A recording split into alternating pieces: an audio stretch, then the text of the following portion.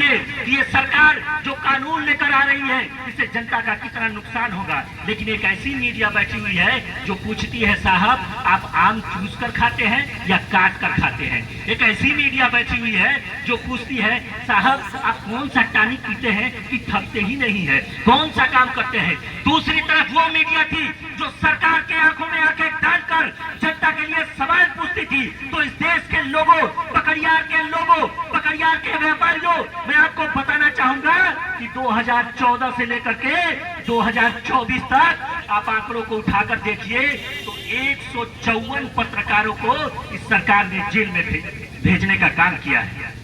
ये स्वतंत्रता है, या आपको आजादी है, या आप अपने सरकार से सवाल पूछ सके। जब विपक्ष ने आवाज उठाने का काम किया, जब लाए गए कानूनों का विरोध विपक्ष ने करने का काम किया, तो आपको मैं आंकड़ा बताऊं कि 121 ऐसे नेता हैं विपक्ष के जिन्होंने सरकार से सवाल किया तो उन नेताओं के ऊपर ईडी और सीबीआई भेजकर छापामारी करने का काम इस सरकार ने किया। तो कहां स्वतंत्रता है?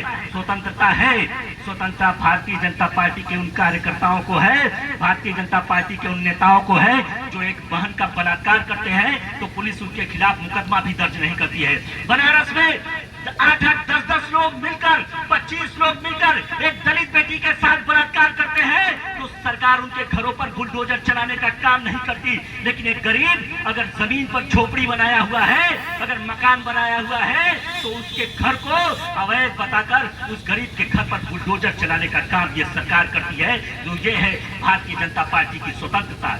नेताजी सुभाष चंद्र बोस ने कहा था कि आजादी मिलने से ज्यादा जरूरी है कि आजादी की रक्षा की जाए, स्वतंत्रता मिलने से ज्यादा जरूरी है कि स्वतंत्रता की रक्षा की जाए। ये सरकार आने के बाद जो कि देखिए घर जो बनाता है वही बचाता है।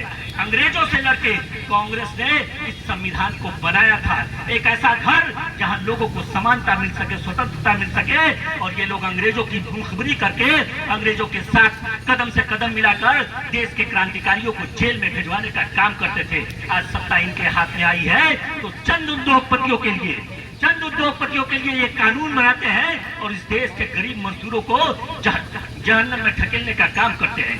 एक छोटी सी बात कह के अपनी बात खत्म करना चाहता हूं। समानता की बात होती है कि समानता क्या है देश में? समानता आवाज दीजिए, क्या देश में समानता है? आपका बेटा जो ठेला लगाने वाला है, रिक्शा चलाने वाला है, अभी हमारे मास्टर साहब ने बताया कि 70,000 स्कूलों को बंद कर दिया गया। क्यों बंद कर दिया गया? क्योंकि बीजेपी एक ऐसा देश बनाना चाहती है कि जहां गरीबों के बच्चे पढ़े नहीं बल्कि वो मजदूर रहे और अडानी और अंबानी के फैक्ट्रियों में मजदूरी करके वो अपना चूल्हा जलाए, अफसर और डीएम और एसपी और कलेक्टर बन करके वो देश का नाम रोशन न करे। तो बीजेपी समानता का हनन कर रही है।